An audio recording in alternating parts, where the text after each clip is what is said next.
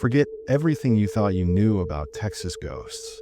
We're not just talking about old mansions and predictable specters. We're diving deep into the widely accepted haunted tales that have captivated Texans for generations and exposing the surprising realities behind them. Prepare to have your mind blown and your understanding of Texas's supernatural side completely reshaped. My name is Elena Rodriguez, and for the past 3 years, I've worked the graveyard shift at the Texas Historical Paranormal Research Institute in Austin. What started as a simple data entry job to pay for graduate school has become something far more sinister than I ever imagined. The Institute, housed in a converted warehouse on the outskirts of the city, specializes in debunking popular ghost stories across the state. At least, that's what they told me when I was hired. The building itself feels wrong at night.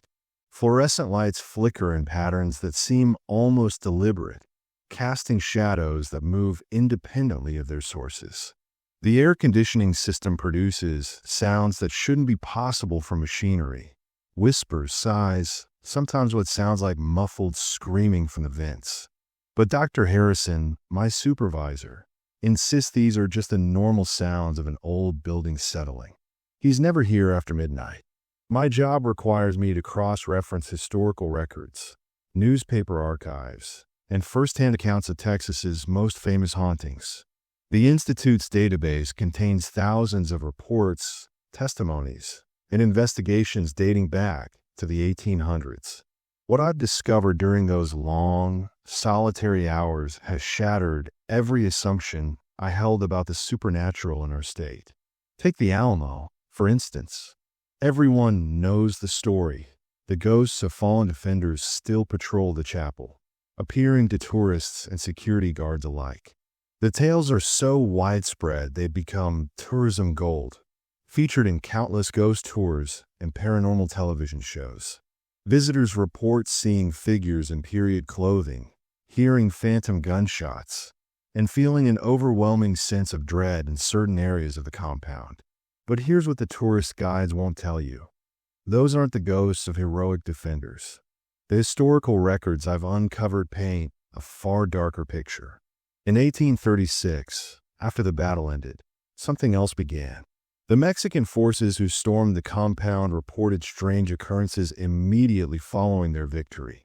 Soldiers going mad, attacking their own comrades, speaking in tongues they'd never learned. General Santa Anna's personal diary, archived in a vault beneath the Institute, describes an event he witnessed 3 days after the battle. He wrote of seeing American defenders who should have been dead walking among his troops, but their faces were wrong, twisted into expressions of pure malevolence, their eyes reflecting light like animals. When his men tried to interact with these figures, they would vanish, leaving behind only the smell of sulfur and decay. The diary entries become increasingly frantic. Santa Anna describes how his most trusted officers began behaving erratically after encounters with these apparitions. They would stand guard at posts where no guard was needed, march in formation to locations that didn't exist, and speak to empty air as if receiving orders from invisible commanders. Within a week, nearly a third of his forces had to be dismissed due to what military physicians at the time diagnosed as battlefield hysteria. But the most disturbing entry comes from Santa Anna's final night in San Antonio. He describes being awakened by the sound of drilling, not construction, but military drilling. Boots marching in perfect formation, officers calling out commands, the distinct sound of muskets being loaded and primed. When he looked out his tent, he saw them, dozens of figures in American military uniforms conducting maneuvers in the moonlight. These weren't the peaceful spirits of fallen heroes that modern ghost tours describe. These were something else entirely. Entities that seemed to be preparing for a battle that would never end, growing stronger and more organized with each passing night. Santa Anna ordered his forces to break camp before dawn, abandoning supplies and equipment in their haste to leave the area. The Mexican military records I found indicate that similar incidents occurred whenever forces were stationed near sites of significant American defeats. It wasn't grief or trauma causing these manifestations. It was something far more calculating and malicious.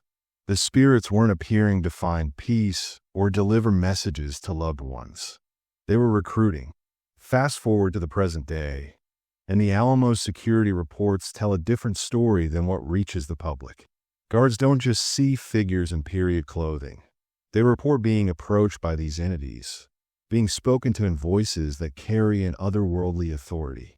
The figures issue commands, attempting to compel living people to join their eternal garrison. 3 security guards have quit in the past year alone, all citing similar experiences. They describe feeling an overwhelming compulsion to remain on the grounds after their shifts ended, to take up positions at posts that don't exist in the modern layout of the compound. One guard, Jennifer Hayes, told her supervisor that she found herself standing at attention for 2 hours without realizing it, responding to drill commands that no living person was giving. The most recent incident involved Michael Thompson, a veteran security guard with 15 years of experience. Thompson was found by morning staff standing in the center of the chapel, perfectly still, staring at the wall where the original barracks would have been. When they approached him, he began reciting the names of men who died in 1836, names he claimed to have never learned. He quit that same day and refused to explain what had happened to him during the night. What bothers me most about these reports isn't just their content, it's the pattern. Each incident follows the same progression. Initial contact with an apparition, a period of confusion or lost time, and then evidence that the person has been somehow changed. They begin exhibiting knowledge they shouldn't possess, displaying military precision in their movements, and showing an inexplicable attachment to the location that goes beyond mere job loyalty. The Institute's official stance is that these are cases of suggestion and mass hysteria, influenced by the location's dramatic history. But the archived footage from security cameras tells a different story. I've watched hours of grainy black and white recordings that show guards responding to stimuli that aren't visible on camera, moving with military precision they've never been trained for, taking orders from invisible commanders.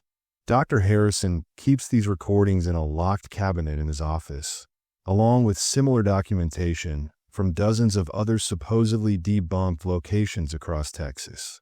When I asked him about the footage, he simply smiled and reminded me that my job is to catalog reports, not analyze their validity.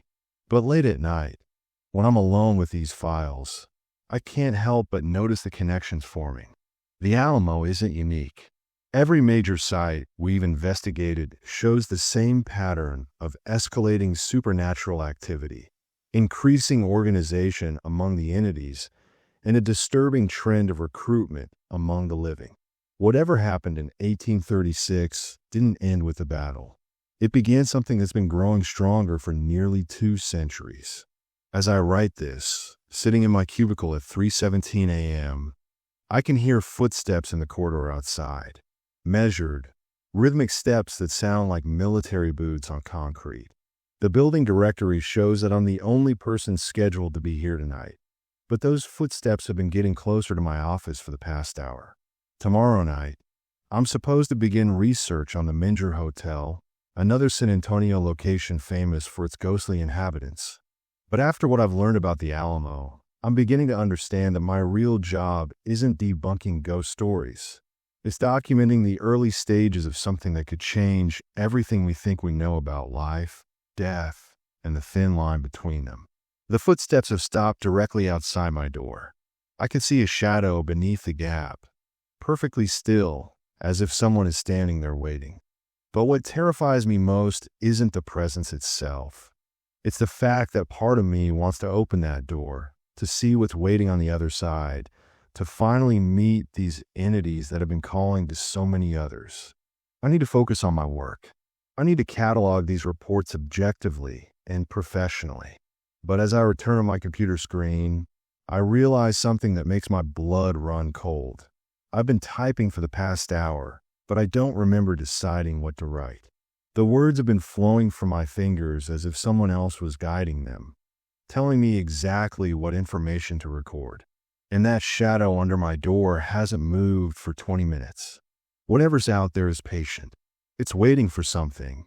And I have the horrible suspicion that it's waiting for me to finish documenting everything I've learned. As if my research isn't just a job, it's preparation for something far more significant. The Menger Hotel sits in downtown San Antonio like a grand monument to Texas hospitality, its red brick facade and Victorian architecture drawing tourists from around the world.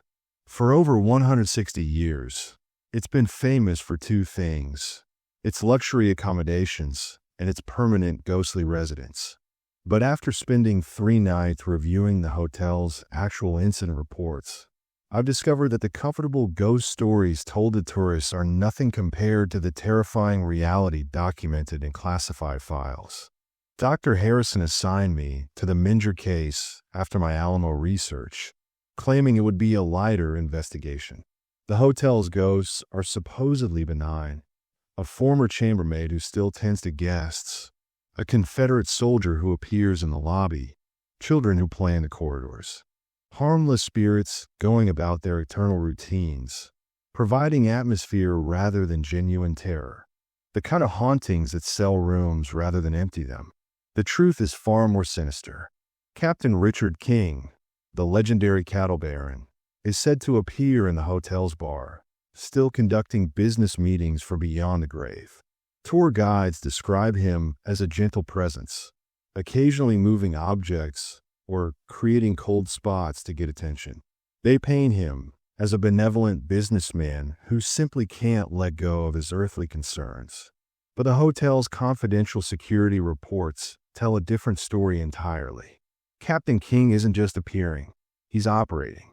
Staff members report finding themselves in the bar after hours, participating in negotiations they don't remember agreeing to, discussing business deals that make no sense in the modern world.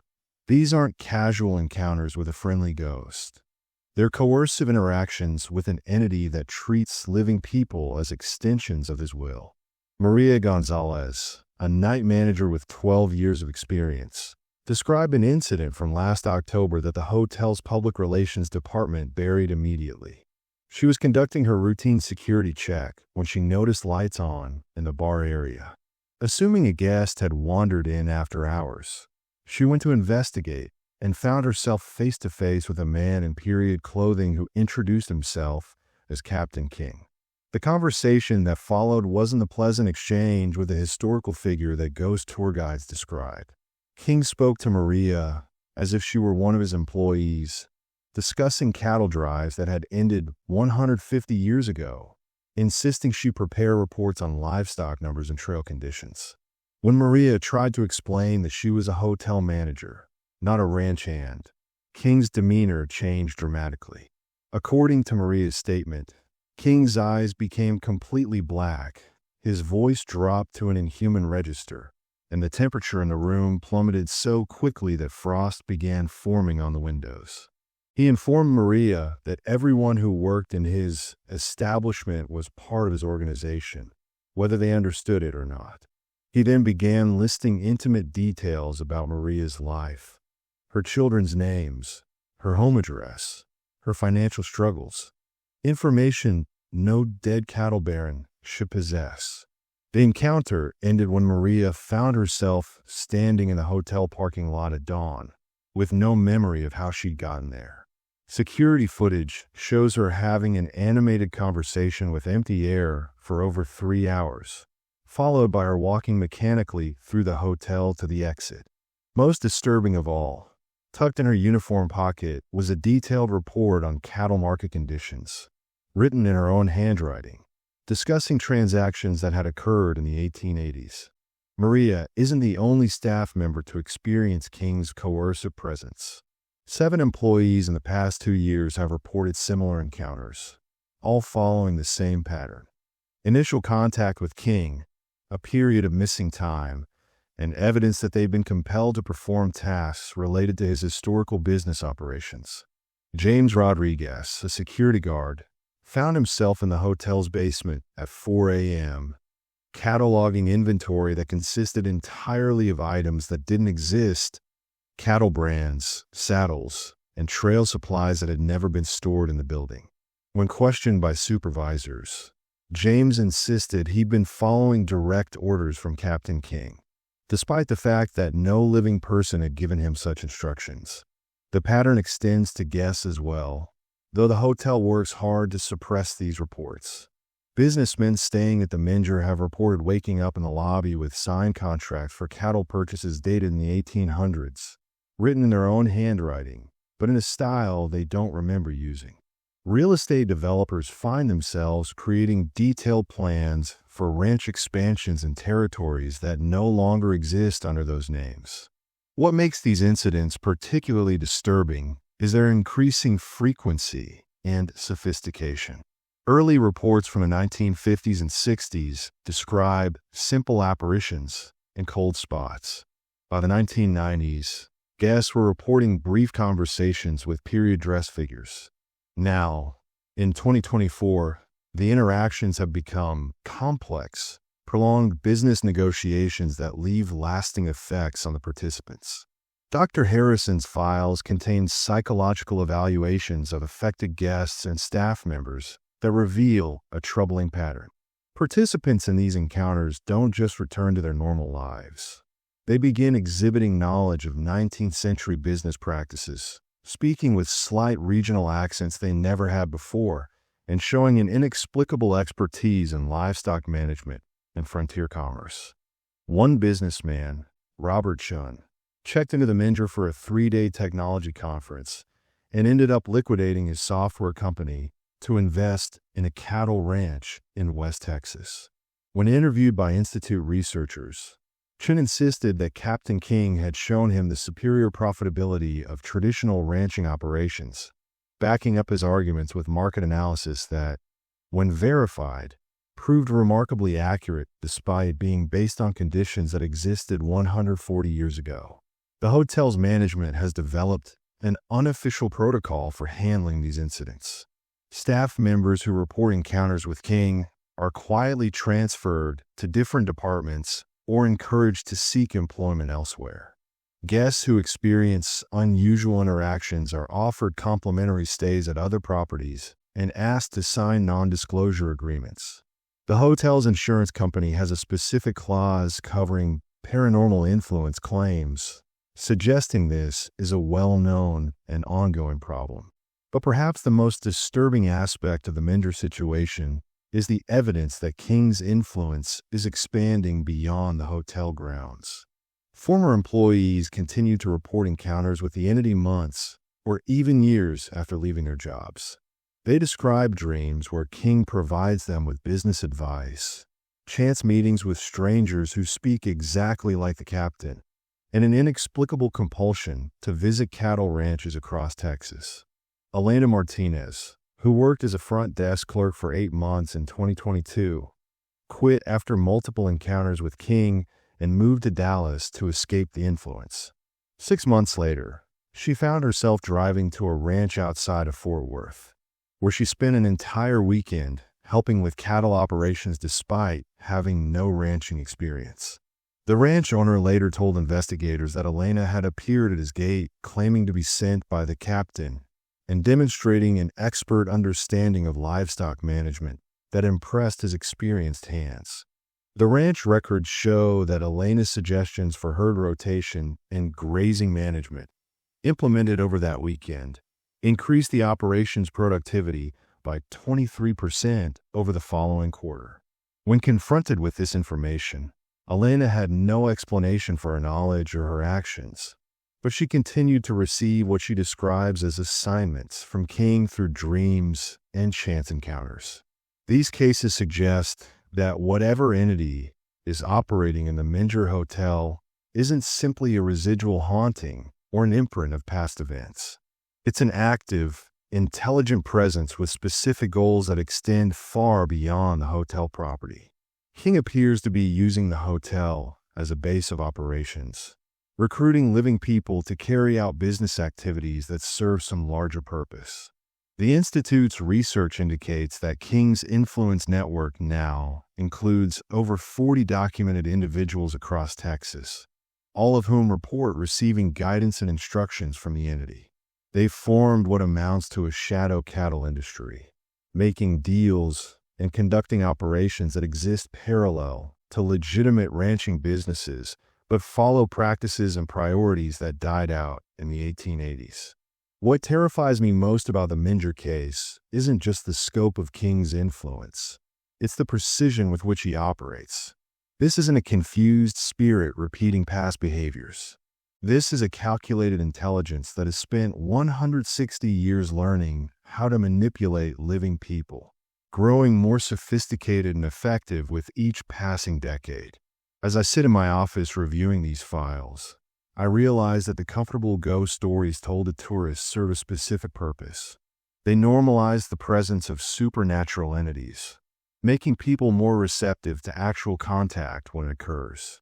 The Menger Hotel isn't just accommodating ghosts. It's operating as a recruitment center for an operation that's been expanding for over a century. And now I understand why Dr. Harrison assigned me to this case. 3 days ago, I started having dreams about cattle ranches, vivid, detailed dreams where a distinguished gentleman in period clothing explains market strategies and ranching techniques with remarkable clarity. Dreams where I take notes on business practices I've never studied, in handwriting that looks like mine, but somehow isn't. I woke up this morning to find those notes on my nightstand, written in my hand but dated 1882. At the bottom of the page, in the same handwriting, is an address for a ranch outside of San Antonio and instructions to arrive there this Saturday morning. The most terrifying part isn't that I don't remember writing those notes. It's that every instinct tells me I should follow those instructions. That whatever business Captain King wants to discuss with me is more important than my research, more important than my job, more important than anything else in my life. I have 2 days to figure out how to resist an entity that's been perfecting his recruitment techniques for over 160 years. 2 days to understand why the Institute really hired me and what role my research plays in whatever larger operation is unfolding across Texas. Because I'm starting to suspect that I wasn't assigned to debunk these ghost stories. I was assigned to document them for someone who's been planning something much bigger than a simple haunting. While tourists flock to the Alamo and the Menger Hotel, there's a place in East Texas that doesn't appear in any ghost tour brochures, doesn't have a gift shop, and certainly doesn't welcome visitors. The Rusk State Hospital, officially closed in 1993, sits abandoned in the piney woods of Cherokee County like a monument to forgotten suffering. According to the Institute's classified files, it's also the site of the most concentrated supernatural activity in the state. Dr. Harrison handed me the Rusk file with unusual gravity, warning me that this case was different from anything I'd researched before. The hospital had operated for nearly a century as a treatment facility for mental illness, housing thousands of patients under conditions that, even by historical standards, were often barbaric. But according to the documented incidents, the real horror began after the facility closed and the living abandoned it to whatever had taken up residence there. The hospital's official records, sealed by court order until 2019, reveal a pattern of experimental treatments that went far beyond accepted medical practice. Dr. Eugene Hartwell, who served as chief psychiatrist from 1956 to 1978, conducted unauthorized research into what he termed consciousness transference therapy. His theory was that certain mental illnesses were actually caused by the presence of foreign consciousness entities that had somehow invaded patients' minds. Hartwell's treatment protocols involved isolating patients in specialized chambers designed to extract these invading entities, using a combination of sensory deprivation, electrical stimulation, and experimental pharmaceuticals. His research notes, written in meticulous detail, describe sessions where patients would allegedly speak in voices not their own, demonstrate knowledge they'd never acquired, and exhibit physical abilities that exceeded their baseline capabilities. The deeper I dig into Hartwell's files, the more disturbed I become by his methodology. He wasn't trying to cure mental illness. He was trying to communicate with what he believed were supernatural entities that had possessed his patients. Session transcripts show him conducting elaborate interviews with these alternate personalities, asking them about their origins, their intentions, and their relationships with other entities. What makes these transcripts particularly unsettling is their consistency across different patients who had no contact with each other. The entities described a hierarchical organization, specific territorial boundaries within the hospital, and long-term goals that extended far beyond individual possession cases. They spoke of recruitment activities, expansion plans, and coordination with similar groups at other locations across the state. Patient number 847, identified only as Dorothy M., claimed during sessions to be inhabited by an entity that called itself the Archivist. Over the course of 6 months, this entity provided Hartwell with detailed information about supernatural activities at 17 other locations in Texas, including several sites that wouldn't become publicly known as haunted until decades later. The entity's predictions about paranormal incidents at these locations proved accurate with disturbing consistency. Hartwell's research took an even darker turn in 1974 when he began what he called voluntary consciousness exchange experiments. He recruited patients who claimed to be possessed and attempted to facilitate communication between the entities inhabiting them and volunteers from his medical staff. The goal was to enable temporary possession of staff members, allowing for more direct communication with the supernatural entities. Dr. Janet Morrison, Hartwell's research assistant, documented her own participation in these experiments with clinical detachment that makes her accounts all the more chilling. She describes allowing entities to borrow her consciousness for periods ranging from minutes to hours, during which she would observe her own body being controlled by an intelligence that was definitely not her own. Morrison's notes reveal that the entities weren't random spirits or confused ghosts. They were members of an organized group that used the hospital as a meeting place and coordination center. During her possession sessions, Morrison's body would attend gatherings in unused sections of the hospital, where dozens of possessed patients and staff members would convene to receive instructions and share information.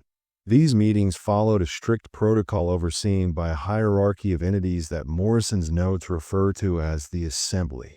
The entities had specific roles and responsibilities, with some serving as scouts to identify potential new hosts, others working to expand their influence to new locations, and a leadership tier that coordinated activities across multiple sites throughout Texas. The most disturbing revelation in Morrison's files is her description of what the entities called the Greater Work, a long-term project to establish a network of supernatural influence across the state. The Assembly wasn't interested in random hauntings or simple scares. They were methodically building an infrastructure that would allow them to exert increasing control over living populations. According to the possessed individuals Morrison observed, the Assembly had been operating for over a century, using mental health facilities, prisons, and other isolated institutions as bases of operation. They specifically targeted locations where people were vulnerable, forgotten by society, and unlikely to be believed if they reported unusual experiences. The experiments continued until 1978, when Hartwell abruptly shut down the program, following what his final report describes only as an irreversible breach of containment protocol. The details are heavily redacted, but Morrison's last entry suggests that the entities had begun possessing staff members without permission, spreading beyond the controlled experimental environment into the general hospital population. When the hospital closed in 1993, state officials assumed the building would remain empty until it could be demolished. Instead, it became something unprecedented in the Institute's database, a fully operational supernatural facility with no living human oversight. Security cameras installed to monitor the property for vandalism began recording impossible footage within weeks of the closure. The cameras show lights turning on and off in patterns that suggest occupancy, shadows moving through corridors with purpose and direction, and most unsettling of all, what appears to be organized meetings in the hospital's former assembly hall. The footage reveals dozens of translucent figures gathering at regular intervals, always following the same seating arrangement, with a clearly identified leadership group occupying what had been the staff section of the room. These meetings last for exactly 1 hour and 47 minutes, ending with the figures dispersing throughout the building in groups that seem to have received specific assignments. Local law enforcement initially dismissed the footage as equipment malfunctions or natural phenomena, but the consistency of the recordings over multiple years has forced them to acknowledge that something unexplained is occurring at the site. Deputies assigned to periodic security checks report finding evidence of recent activity, rooms that have been cleaned and organized, medical equipment that has been maintained and calibrated, and files that have been updated with entries dated years after the hospital's closure. Most disturbing are the reports from officers who have encountered what they describe as patients during their security rounds. These figures appear completely solid and interact normally with visitors until questioned directly, at which point they either disappear or begin exhibiting behavior that clearly indicates they are not living people. Sergeant Linda Hayes documented an incident from September 2022 where she encountered a woman in a hospital gown who claimed to be waiting for a therapy appointment with Dr. Hartwell. When Hayes explained that the hospital had been closed for nearly 30 years, the woman became agitated, insisting that she had just spoken with the doctor that morning and showing Hayes a schedule card with appointments listed for the current week. The card was printed on hospital stationery that hadn't been used since 1978, but the ink was fresh and the appointments were written in Hartwell's distinctive handwriting. When Hayes looked up from examining the card, the woman had vanished, leaving behind only a scent of institutional disinfectant and the sound of distant voices calling for medication rounds. Similar encounters occur with increasing frequency as the abandoned facility continues to operate according to its own supernatural schedule. Night shift security guards report being approached by individuals who behave exactly like staff members or patients, complete with detailed knowledge of hospital procedures, patient histories, and treatment protocols that ended decades ago. The most unsettling aspect of these encounters is their systematic nature. The entities aren't randomly appearing or repeating past behaviors.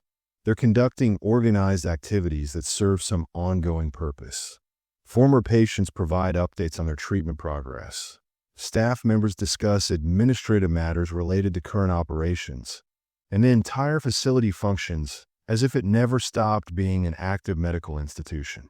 What terrifies me most about the Rusk case is the evidence that this supernatural institution is expanding its operations.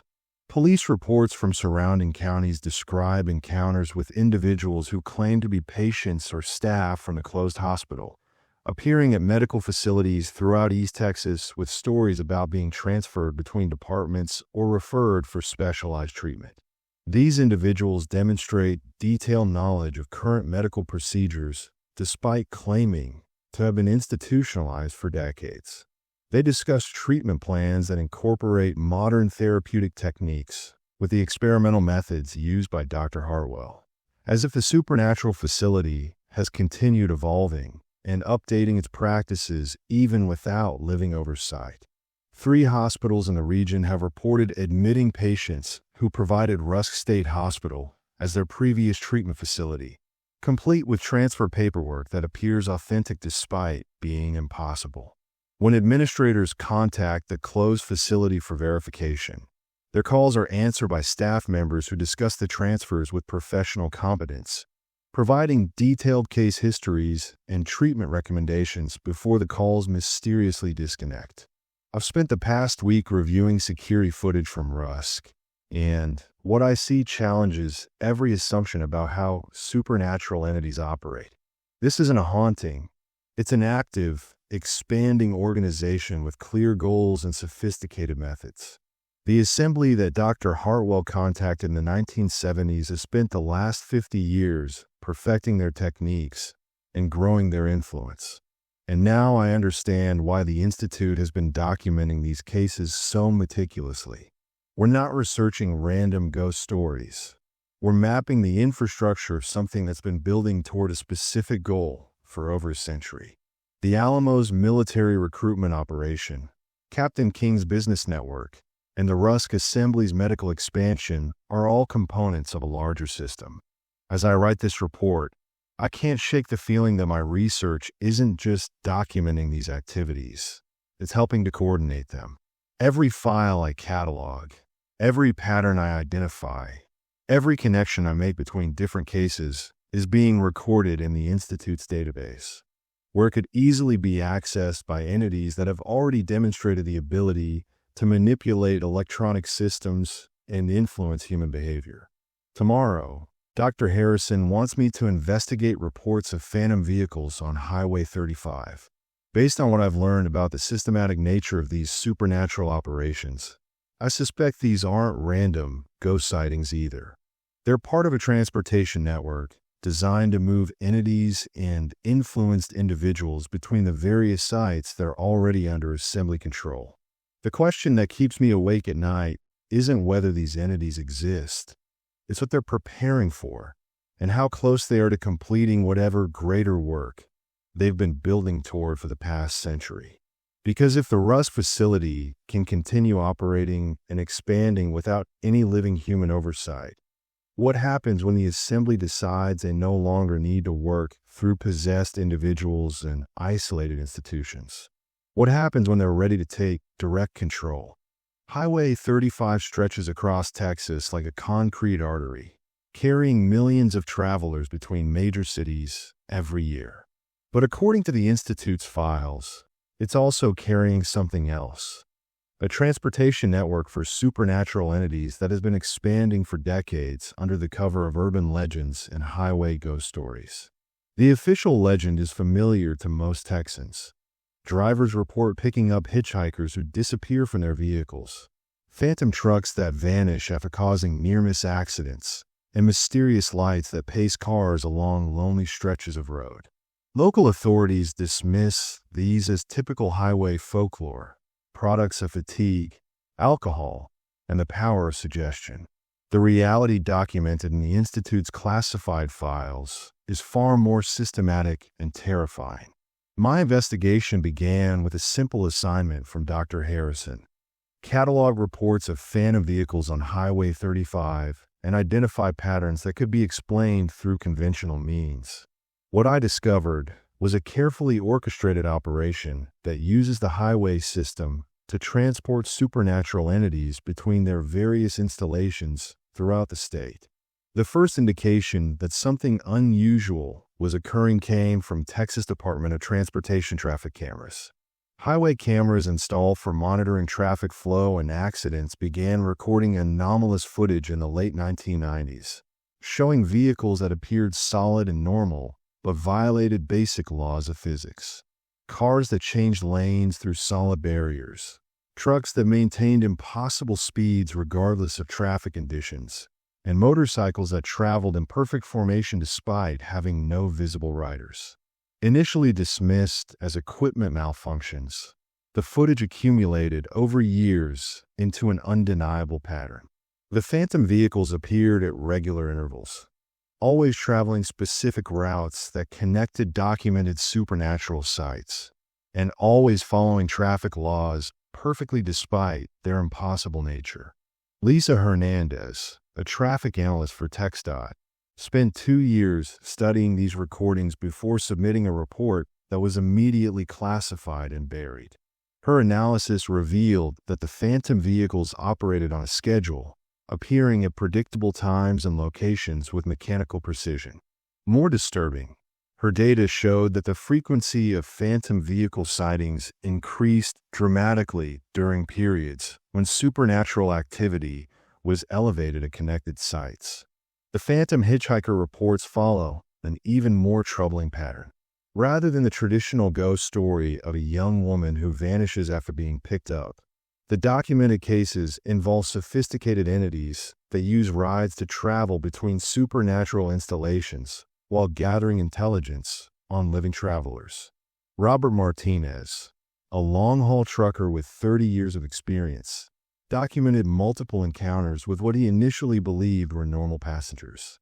The entity, which appeared as a middle-aged man in business attire, would flag down Martinez at specific rest stops and request rides to locations that always turn out to be near documented supernatural sites. During these rides, the entity would engage Martinez in detailed conversations about his route, his cargo, and his personal life, displaying an unusual interest in patterns of travel and commerce along Highway 35.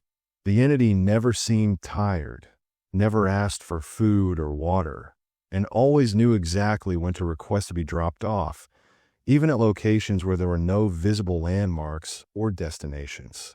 Martinez's suspicions grew when he realized the entity had detailed knowledge of other truckers' routes and schedules, discussing drivers by name and describing their cargo manifests with impossible accuracy.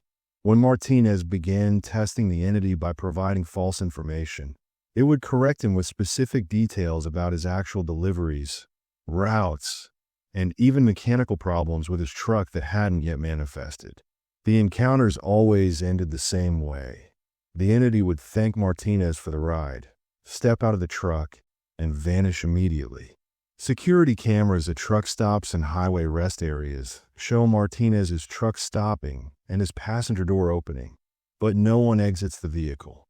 The cameras also show Martinez behaving as if he's talking to someone throughout the journey, despite the truck appearing empty from all external observation points. What makes Martinez's case particularly disturbing is the evidence that these encounters were changing him. After each ride, Martinez began demonstrating knowledge he shouldn't possess. Detailed information about supernatural activities at locations across Texas, an understanding of the entity's organizational structure, and an increasing compulsion to modify his routes to provide more efficient transportation between their facilities. Martinez isn't the only driver affected by these encounters. The Institute's database contains similar reports from over 200 professional drivers who have provided rides to entities on Highway 35. All report the same pattern: initial contact with seemingly normal passengers, increasingly detailed conversations about transportation logistics, and gradual integration into what amounts to a supernatural courier service. These drivers unknowingly transport entities between sites, carry messages and materials for supernatural operations, and provide intelligence about human activity patterns that help the entities avoid detection. They've become unwitting employees of an organization they don't understand, following route modifications and schedule changes that serve purposes beyond legitimate commercial transportation. The phantom lights that pace vehicles along Highway 35 serve a different, but equally calculated purpose. Rather than random atmospheric phenomena or misidentified aircraft, these lights are coordination signals used by supernatural entities to communicate with their transportation network and identify vehicles carrying their operatives. Dr. Patricia Wong, a physicist who consulted for the Institute before her sudden resignation in 2019, analyzed hundreds of phantom light reports and discovered that they followed patterns consistent with a sophisticated communication system. The lights appeared in specific sequences, maintained precise formations, and responded to changes in vehicle behavior in ways that suggested intelligence and purpose. Wong's research revealed that the phantom lights were most active during periods when the supernatural facilities were conducting major operations or expanding their influence to new territories. The lights would increase in frequency and complexity during these periods, creating what appeared to be aerial traffic control for supernatural transportation activities. Most disturbing was Wong's discovery that vehicles followed by phantom lights showed evidence of electronic surveillance.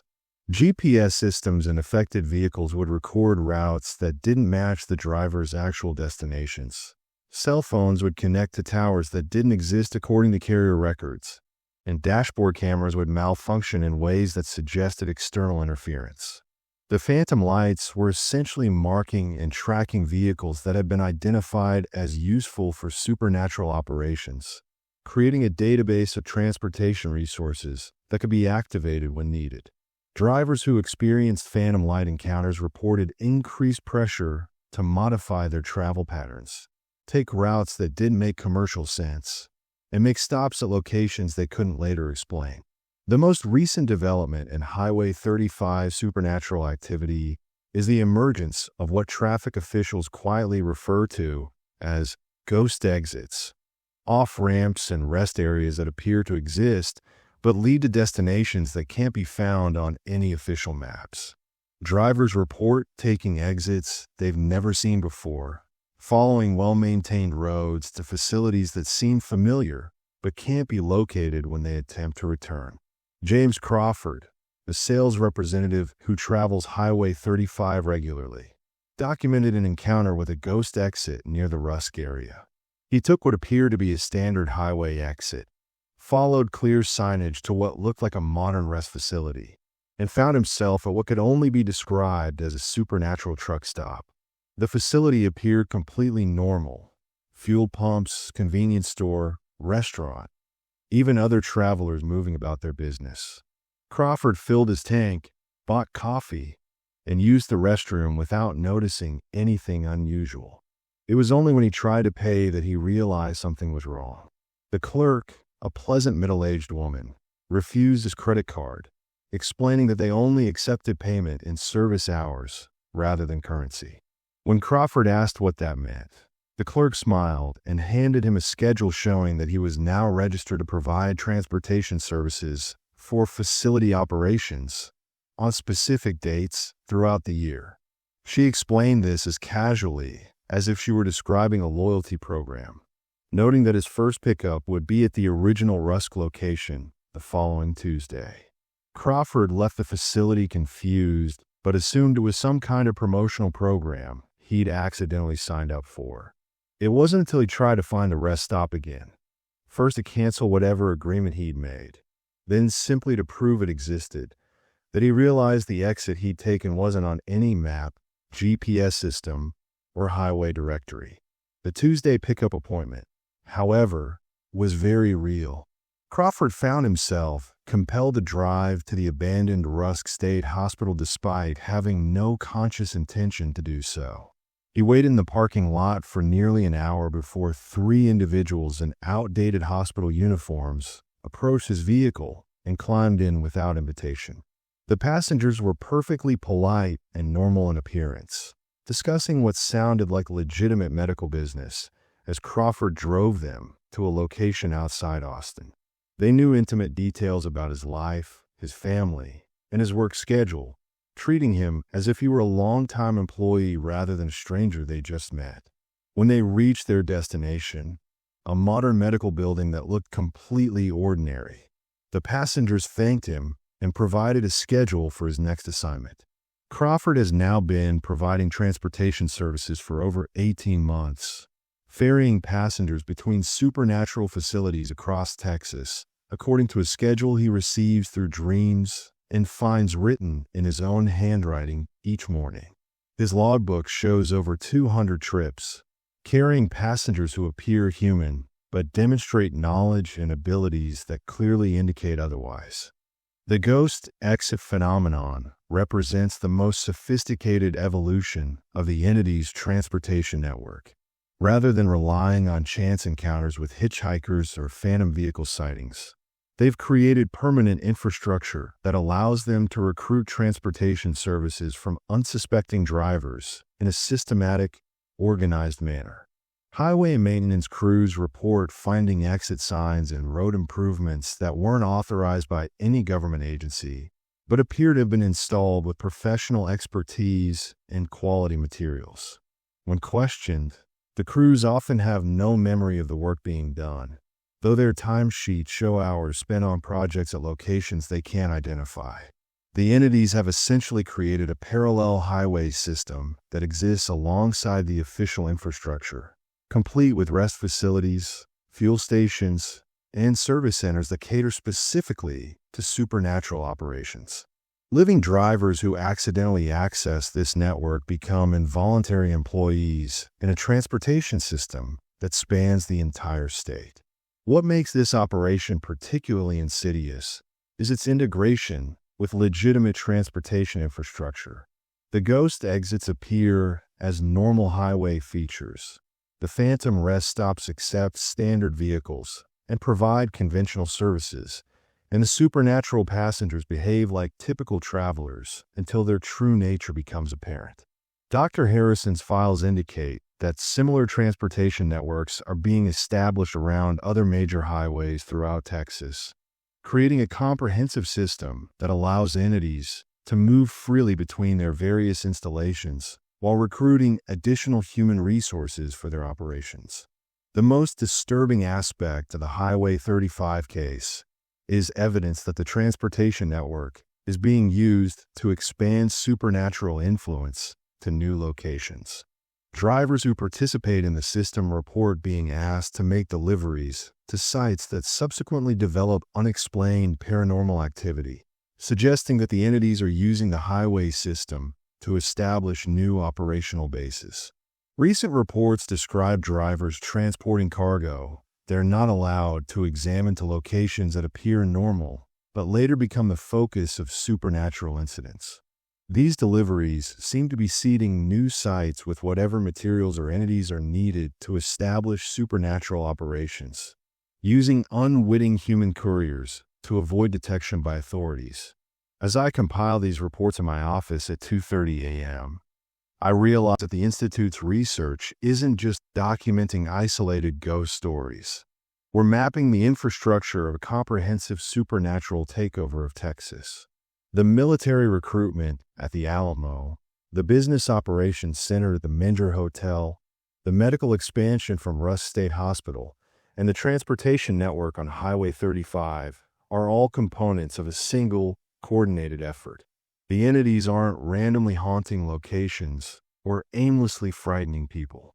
They're building a parallel society with its own military, economic, medical, and transportation systems, using willing and unwilling human participants to interface with the legitimate world while pursuing goals that remain hidden from public awareness. Tomorrow, Dr. Harrison wants me to prepare my final report summarizing all the cases I've investigated. But as I review the patterns emerging from my research, I can't escape the conclusion that my work isn't just academic documentation. It's operational intelligence that could be used to coordinate and optimize the very activities I've been studying. The phone in my office just rang, though it's nearly 3 a.m. and the building should be empty. When I answered, a voice I didn't recognize thanked me for my excellent research and informed me that my transportation arrangements had been finalized for tomorrow evening. The caller provided an address and pickup time, speaking as if we'd already agreed to this appointment. I hung up immediately, but when I checked my computer, I found a new file on my desktop containing detailed directions to a location I've never heard of, along with instructions for a meeting I don't remember scheduling. The file is dated tomorrow and saved under my user account, though I have no memory of creating it. The most terrifying part isn't the mysterious phone call or the impossible file. It's the growing certainty that whatever entity called me knew exactly what I would find in my research, knew exactly how I would react, and has been guiding my investigation toward conclusions that serve their purposes rather than mine. I'm beginning to understand that my job at the Institute was never about debunking ghost stories or documenting folklore. I've been researching the operational structure of something that's been planning Texas's supernatural transformation for over a century. And now that my research is complete, they're ready to put me to use in ways I can't yet imagine. The address in tomorrow's file corresponds to a location that doesn't exist on any official map, but somehow I already know exactly how to find it. Just like I know that despite every instinct screaming at me to run, I'm going to keep that appointment. Because the entities that have been expanding their influence across Texas for decades have spent that time learning exactly how to make people want to cooperate, even when cooperation means surrendering everything that makes them human. The meeting location turned out to be a modern office building in downtown Austin that I'd passed countless times without noticing. The address led me to the 15th floor, where a receptionist who looked perfectly normal but spoke with the cadence and vocabulary of someone from a different century directed me to Dr. Harrison's office, an office that shouldn't exist in a building I'd never seen him enter. Dr. Harrison sat behind a mahogany desk that was definitely not the standard issue furniture from the Institute, reviewing files that I recognized as my own research reports. But these weren't the digital documents I'd submitted through the Institute's computer system. These were handwritten copies in various historical scripts, as if my modern research had been transcribed by different people from different eras.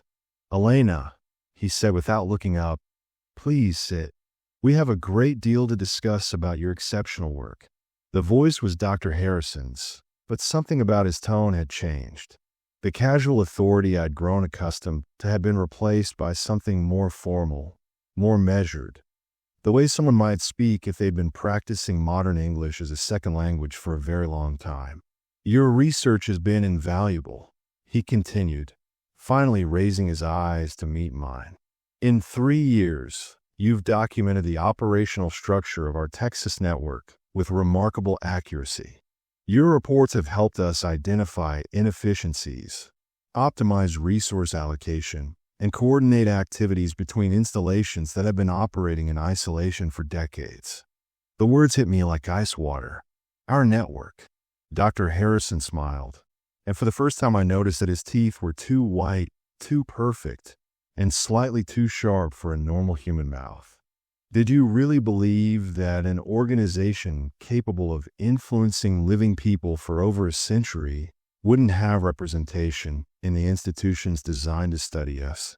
The Texas Historical Paranormal Research Institute was established in 1987 specifically to monitor and document supernatural activities throughout the state. We needed to understand our own operations from an external perspective. He stood and walked to a wall covered with maps, showing locations across Texas connected by colored lines that formed an intricate network spanning the entire state. Every location I'd researched was marked, along with dozens of others I'd never heard of, all connected by transportation routes, communication links, and resource flows that created a shadow infrastructure overlaying the legitimate state. "You see, Elena, we learned long ago that the most effective way to expand our influence was through systematic organization rather than random haunting. The military recruitment at the Alamo provides us with disciplined operatives. Captain King's business network generates the economic resources needed for expansion. The medical facilities like Rusk allow us to research and refine our techniques for consciousness integration. And the transportation system ensures efficient movement of personnel and resources between installations." The map showed dozens of facilities I'd never investigated. Prisons where supernatural entities served as wardens, schools where they functioned as administrators, hospitals where they worked as staff members, and government buildings where they influenced policy decisions.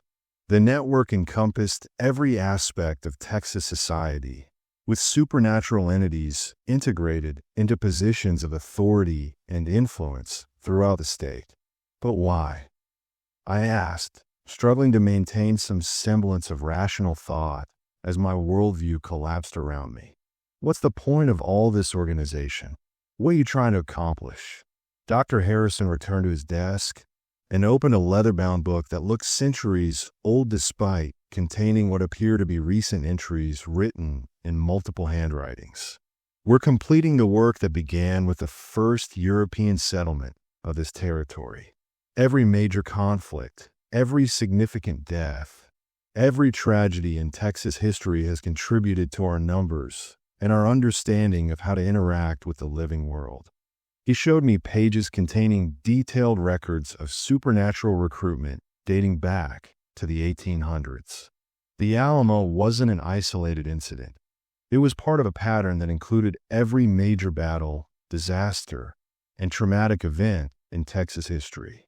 Each tragedy had added to their numbers while teaching them more about human psychology, social organization, and the most effective methods for expanding their influence.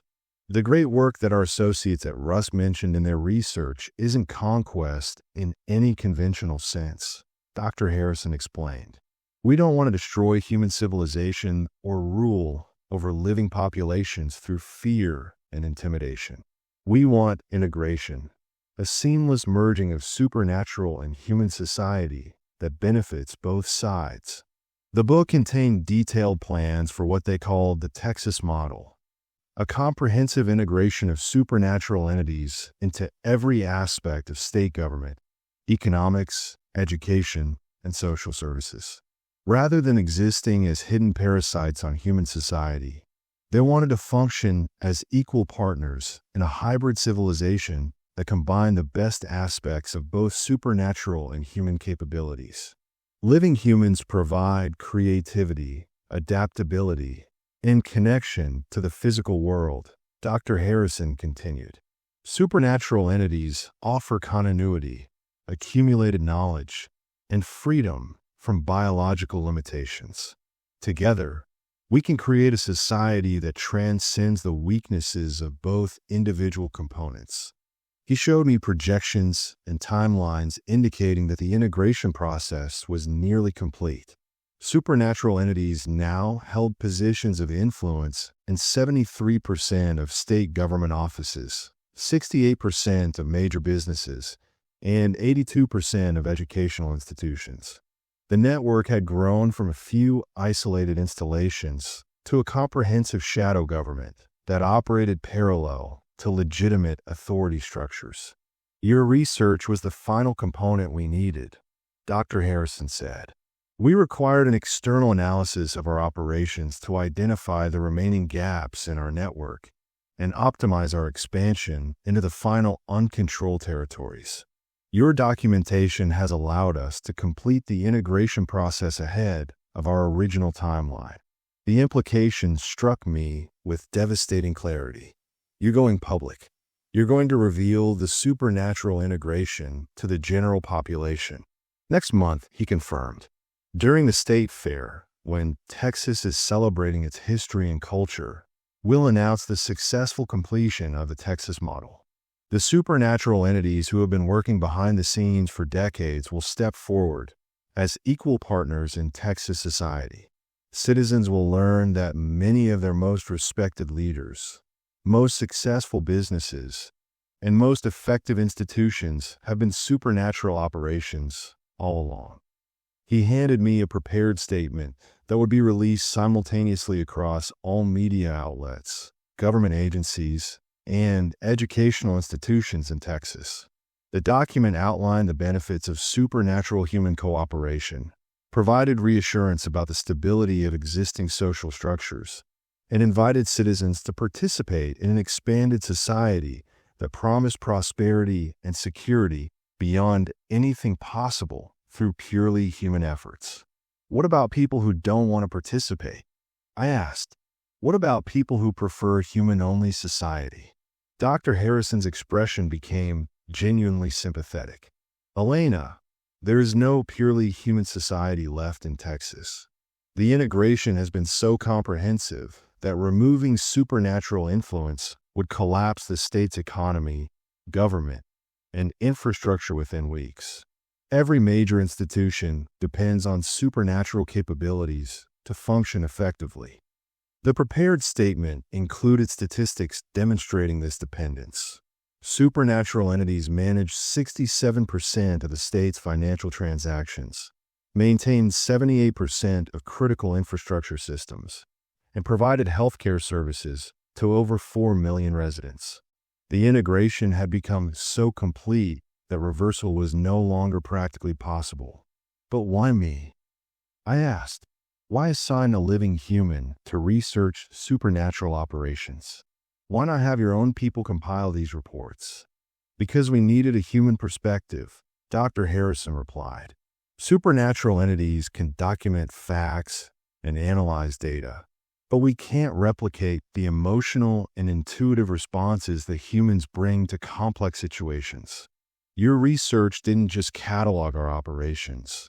It evaluated them through human sensibilities, helping us understand how to present integration in ways that living populations would find acceptable. He opened another section of the leather book containing psychological profiles of Texas residents, categorized by their likely responses to supernatural integration. The profiles have been compiled using data from social media, consumer behavior, voting patterns, and responses to existing supernatural encounters throughout the state. Your research helped us refine our presentation strategies for each demographic group, Dr. Harrison explained. We now know how to frame integration as economic opportunity for business-oriented populations, as enhanced security for safety-conscious communities, and as cultural preservation for tradition-minded areas. The sophistication of their planning was breathtaking. They had developed specific integration protocols for every major population center in Texas, tailored to local concerns, cultural values, and economic priorities. Rather than imposing a uniform supernatural authority, they planned to present integration as the natural evolution of existing institutions and relationships. What happens to me now? I asked, dreading the answer, but needing to understand my role in whatever came next. Dr. Harrison smiled again, and this time his expression seemed genuinely warm despite the inhumanly perfect teeth. You continue working as our human liaison specialist. Your research position becomes permanent, but instead of documenting past activities, you'll help design integration protocols for expansion beyond Texas. We believe the Texas model can be successfully replicated in other states, but we'll need human insight to adapt it to different regional cultures and conditions. He handed me a personnel file with my name on it, containing a job description that included salary figures significantly higher than anything I'd ever imagined earning. The position involved traveling throughout the United States, conducting research on regional supernatural activities, and developing expansion strategies that would allow for gradual integration of supernatural entities into human society on a national scale. This is voluntary, of course, Dr. Harrison added. You're free to decline and resume your normal life as a Texas citizen in our integrated society. But we believe you'll find the work rewarding, and your contributions could help create a better world for both supernatural and human populations. I stared at the personnel file, understanding that I was being offered a choice between collaboration and irrelevance. The integration would proceed regardless of my participation, but my involvement could influence how it developed and potentially protect human interests in the process. How long have you been planning this? I asked. Since 1836, Dr. Harrison replied. The battle at the Alamo taught us that direct conflict with human populations was inefficient and ultimately counterproductive. We learned that cooperation and gradual integration produced far better results than conquest or coercion. Everything that's happened since then has been preparation for the moment when supernatural and human societies could merge as equals. As I sit in my apartment writing this final report, I realize that I'm documenting the end of one era and the beginning of another. Tomorrow, the supernatural integration of Texas will become public knowledge, and human society will never be the same. The ghost stories I've spent 3 years researching weren't folklore or urban legends. They were the early stages of the most comprehensive social transformation in human history. The question that haunts me isn't whether the integration will succeed. The entities have spent nearly 2 centuries planning for every contingency, and their preparations are too thorough to fail.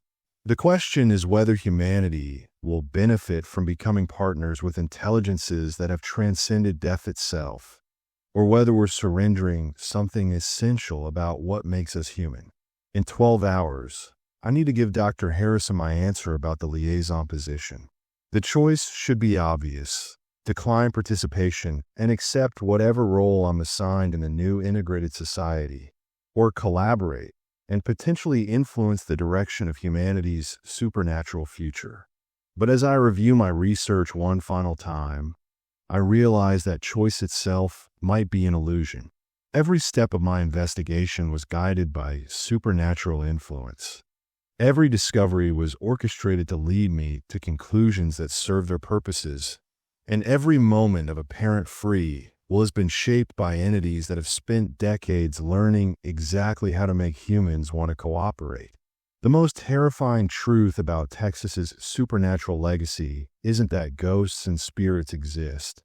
It's that they become more human than we realized, while we become more influenced by them than we ever imagined. The integration isn't beginning tomorrow.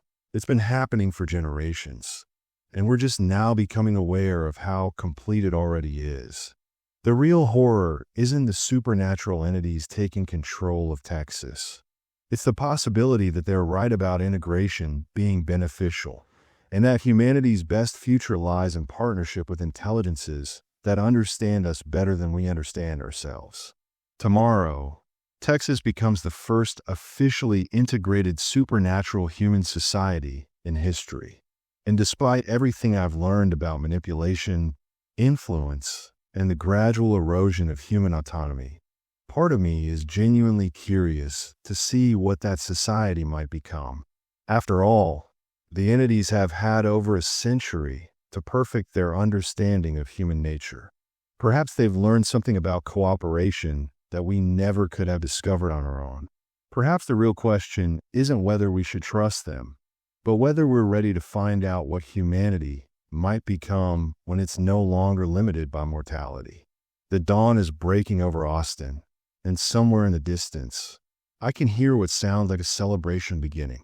The new era of Texas history is about to begin, and I have a decision to make about whether to help write that history or simply live through it. Either way, the ghost stories are over. What comes next will be far more real and far more transformative than any haunting could ever be.